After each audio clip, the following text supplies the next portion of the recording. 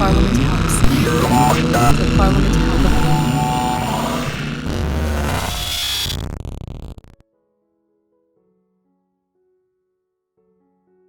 Hi, my name is Victoria McCombs, and I write young adult fantasy for the Parliament House Press.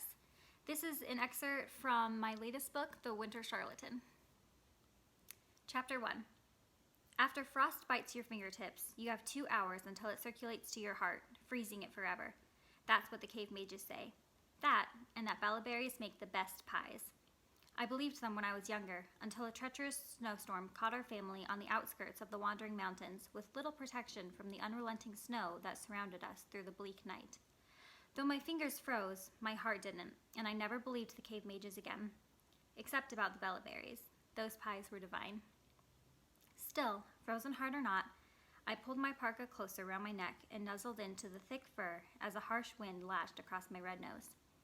It was the strongest winter we'd had in ages, though they say that every year. Ellenbeers hadn't seen the heat of summer in hundreds of years, since the kingdom moved to the ice palace nestled between the calm northern mountains and the enchanting wandering mountains. While the snow lessened during half the year, the ice never melted and the flowers never bloomed. We lived too far north for heat to find us now, and the court that once overlooked autumn colors now saw nothing but white mountaintops and endless icicles, until those who remembered warmth were gone and replaced by those who knew nothing but the heat of a mage's magic. The snow whipped up from banks along the rocks, swirling in the wind and funneling through trees before settling back on the ground as the wind traveled to find a new playmate. Crystals draped from frosted trees, casting the glow of the morning sun into tiny fragments around me. White flakes rested on green pines that grew along the mountainside. The occasional cluster of snow fell from the trees with a soft sound as wind interrupted their slumber. For a moment, the beauty captivated me. These wandering mountains might carry a fair amount of uncertainty, but they were far more beautiful than the predictable northern mountains. The crystallized trees, the calm snow, the frozen lakes, the peaceful air. Focus. It'd be too easy to get lost in these mountains, but I had to stay alert. This was my one chance. If this didn't work, I didn't know what else I would do. This was already a long shot. My mind banished the doubt. I had to break the curse. The white bear only revealed itself to the pure of soul, and I'd washed my soul in the spring of refinement 3 times this morning to be certain the tricky creature showed itself to me. My plan was foolproof. With my bow and arrow, I'd bring down the bear. An anxious finger rested on the relaxed string, rubbing nervously against the fletching, while Elise gave my hand a sideways glance. "Stop your fidgeting, you're making me nervous." I peeked to the side. Elise looked anything but nervous, though I hardly knew what nervous looked like on her. Wolf's fur lined her sharp face, while subtle snowflakes rested against her brown hair and the tips of her eyelashes. She kept her frame hidden behind a large tree, utilizing the low pine branches as cover. Our vision was partly blocked, but we were equally concealed from the eyes of any who passed by if they didn't look too closely. Elise already mapped out our path up the tree if we needed to hide, putting a lot of faith in my ability as an archer to protect us once stuck in the tree. No one should pass by. The only ones who traveled into these frozen woods were aspiring knights looking for the white bear to prove their value to their king. "It's just a bear, we'll be fine," my voice came as a whisper. Elise whispered back, "I don't think you understand what a bear is." A grunt escaped my lips.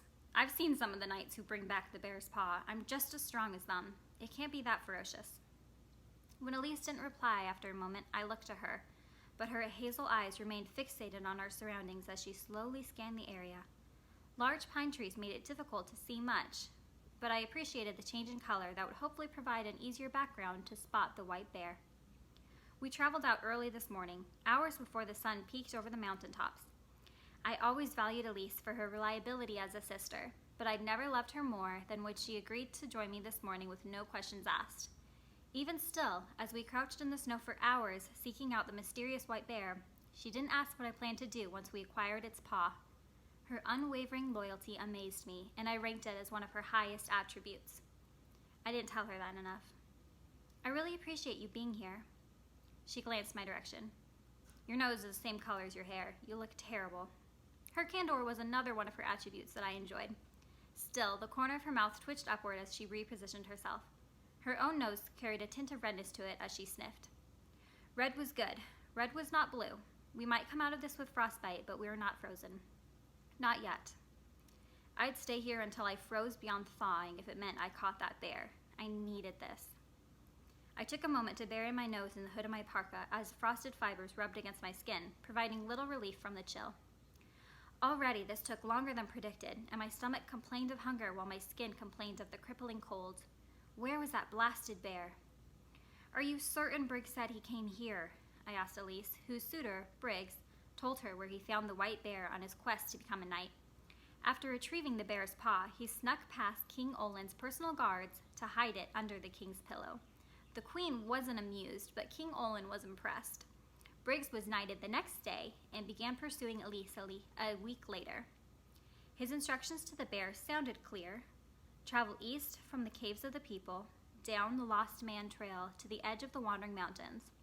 Go to the second mountain on the left, then travel halfway until you find a stream, free-flowing despite the frozen temperature. Follow the stream to the source. The bear will be nearby. Beside the stream, I saw little to distinguish this part of the Wandering Mountains from the rest of the range. Every inch of the rocks was coated in the same layer of snow and ice and pine trees.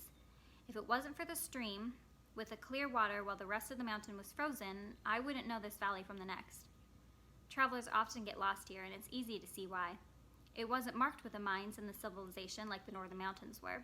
The Wandering Mountains were large and uncharted and lifeless. Mostly lifeless. Perhaps we were lost. Crossing another mountain would take too much time. We must return to Elenvir's castle before anyone questioned our absence. It wasn't unusual for Elise and I to take off a week at a time, but whenever we left, trouble usually found us, and after a few days, the king will send a few knights to look for us. It was his way of showing he cared. Elise gave me one of her famous sighs. Of course I'm not certain, but I'm fairly sure. Why are we here anyway? She finally asked. I wondered how long it would take her to do so, but I wasn't ready to share the answer. Instead, I mumbled in reply, and she frowned. Customarily, these parts of the Wandering Mountains were only ventured into by brave men and women aspiring for knighthood, which could be achieved if they found the white bear, cut off its paw, and returned it to the king. The way the paw was given mattered. King Olin didn't see aspiring knights on request, so instead they had to find a unique and clever way to present the paw before him before he granted knighthood. I enjoyed seeing the different ways knights offered the paw, like when Briggs stuck it into the king's chamber, but my favorite one was under a silver platter at dinner one evening. Even the cook was surprised. It was a tradition that continued from before I was born, and the idea behind the ritual hadn't changed. Knights proved their soul's purity by their ability to spot the white bear, then proved their skill by acquiring the bear's paw, then their cleverness in how they got the paw before their king. Pure, skilled, and clever, the three markings of an Elenvir's knight. As far as I knew, no one sought out the bear unless aspiring for knighthood. My legs tingled, and I shifted my crouch position from my feet to my knees to allow better blood flow. This position made it difficult to move quickly if needed, but it didn't look like I'd be going anywhere anytime soon. The snow started melting its way into my pants, and I instantly regretted the change of position. I was about to shift back when Elise let out a sharp gasp. My head sprang up, and eyes skirted across the terrain to see the white bear. My fingers pulled back the bow string slightly, ready to fire. I saw nothing. I looked at Elise, who aimed her own bow through the tree with a steady hand. Finally, I heard her whisper. She slid her foot down quietly and moved her knee up, giving her balanced space to shoot from. The tree must be blocking my sight. With as much stealth as I could muster, I tipped slightly to my left to give me the same angle as Elise, whose eyes remained straight to the opening in the trees several meters ahead. Her arrow tracked movement that I couldn't see. From my new position, I could see more than before. I saw the massive pine trees, most with layers of snow reaching to their tops and small icicles hanging from periodic branches. I saw the mouth of the stream bursting from the heart of the mountain, the water flowing from the rocks as it carved their path downward, meeting to form the stream. I saw the sparkle in the air as the sunlight gleamed off the endless snow and reflected with blinding light. I saw it all. There was no bear. You're a better shot. You shoot. I barely heard her voice. My own ears rang. The white bear only revealed itself to the pure of soul. Any others can't see it. I'd never heard of an aspiring knight who didn't see the bear. If there was one, they must have fled the kingdom from shame, for the bear was always spotted by those who went searching for it. A magical beast, the white bear served one purpose: to reveal itself to those who sought if they were worthy. He still put up a fight. as if he knew the trainees needed to prove their skill, but he never failed to show. Whether it was the same bear who showed himself each time, resurrected through magic that keeps him alive, no one knows. I believed it to be. Others think it's a clan of bears that live in these mountains, and a different one is seen each time. Same bear or different, two things are known. The bear is always alive, with all four paws, so if it's the same bear, he comes back to life and regrows his paw. And the bear only showed itself to the pure of heart. But I didn't see the bear. To hide my embarrassment, I dropped the arrow and cursed lightly. You better shoot now before he gets away. Jealousy filled me as I played with my arrow, pretending to stumble or to knock it again, while Elise focused on her shot. I didn't consider myself to be a bad person. I definitely didn't consider myself below Elise. Why could she see the bear when I could not? Perhaps jealousy is one of the reasons the white bear didn't show itself to me. I had plenty to be jealous of. Elise released her shot. It struck against something on the side of the stream, and the tip turned invisible while the rest stayed suspended in the air. Hoping, I fired my arrow in the same spot. Just as my arrow hit, the image of a bear came into view. He stood by the side of the stream with his muzzle wet and dripping. The purest color of white adorned his coat of fur, paired with striking blue in his eyes. He was larger than I thought he would, especially as he stood up and let out a mighty roar, releasing a vibration through the trees. The roar sent me into motion. I knocked another arrow and fired right for the vulnerable spot under his front arm. He came crashing down in time for my arrow to whiz past his shoulder. The white bear charged. Together, my sister and I dropped our bows and drew our swords. She'd gotten a second arrow into his side, but the wound didn't appear to bother him as he clambered at us in full speed. Elise ran around her side of the tree while I ran sideways in the opposite direction, drawing the bear toward me. His eyes remained on me, not flickering to Elise as she rounded the tree and came at him from the side. She let out a battle cry, so if he didn't see her before, he heard her now. His head swung in her direction as she whooped, but he remained on course for me. Not to be outmatched in gusto, a loud shout escaped my lips, and I attacked the bear head-on. The broadsword was one of my strengths, but facing a charging bear was much different than facing Cassian in the battle arena.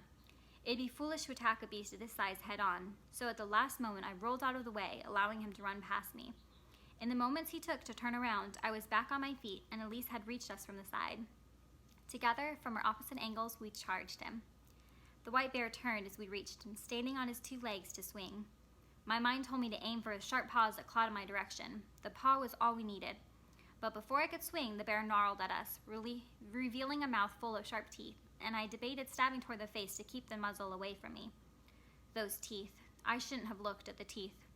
The claws were the closer, more immediate threat, so I swiped at those.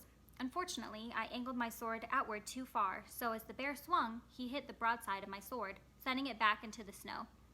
Luckily, Elise was faster. She aimed her sword for the paw and swung with all her might, slicing into his arm.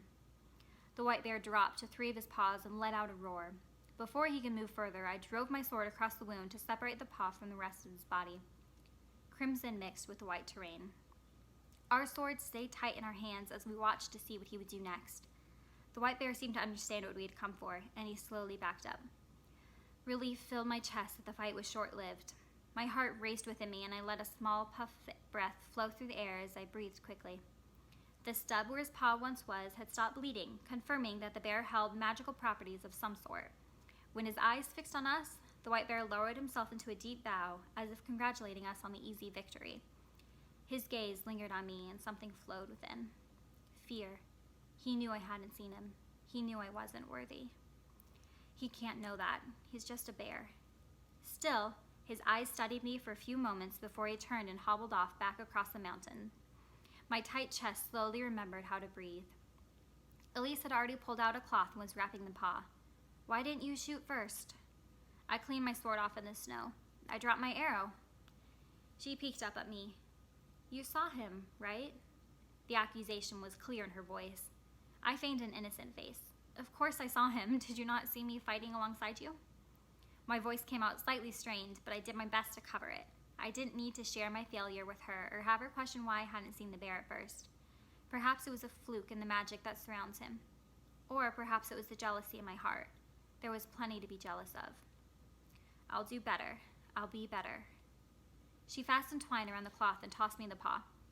All right, now tell me what you plan to do with that. You aren't planning to become a knight, are you? I doubt your father would approve of his daughter being a knight. Ah, my father. I scoffed at the word. Unless the king wishes to claim his daughter in front of the court, he can't protest as my father, and he has no grounds to protest as my king. Elise was my sister, but not by blood. Her father was not my father, and her mother was not my mother. Our parents were close friends, and as a result of that friendship, my mother had asked Elise's mother to do something no mother should have to do. She traded her firstborn son, born 2 days before me, and took me in his place, while that boy, Cassian, was raised as the king and queen's child. King Olin and Queen Marigold would never publicly claim me as their daughter, and they had valid reason not to. I should never have been born. My existence would prove detrimental to the kingdom. And we all knew the affairs of Ellenbeers come first. So that's it then. You plan to be a knight? That's how you want to spend the last of your days. For the record, I'd make a great knight, I said, but no. I fished our tent from where we buried it in the snow and clapped it to my back. Then I waited until Elise finished refastening her belt with her broadsword on her hip so I could see the expression on her face when I announced our next destination. At last, she glanced up to find me grinning foolishly. Now we travel to Witch Marlone's home to offer the paw and demand she removes this blasted curse that holds me. Elise swore vividly. All right, that was the first chapter of my book, The Winter Charlatan. I hope you enjoyed. Thank you.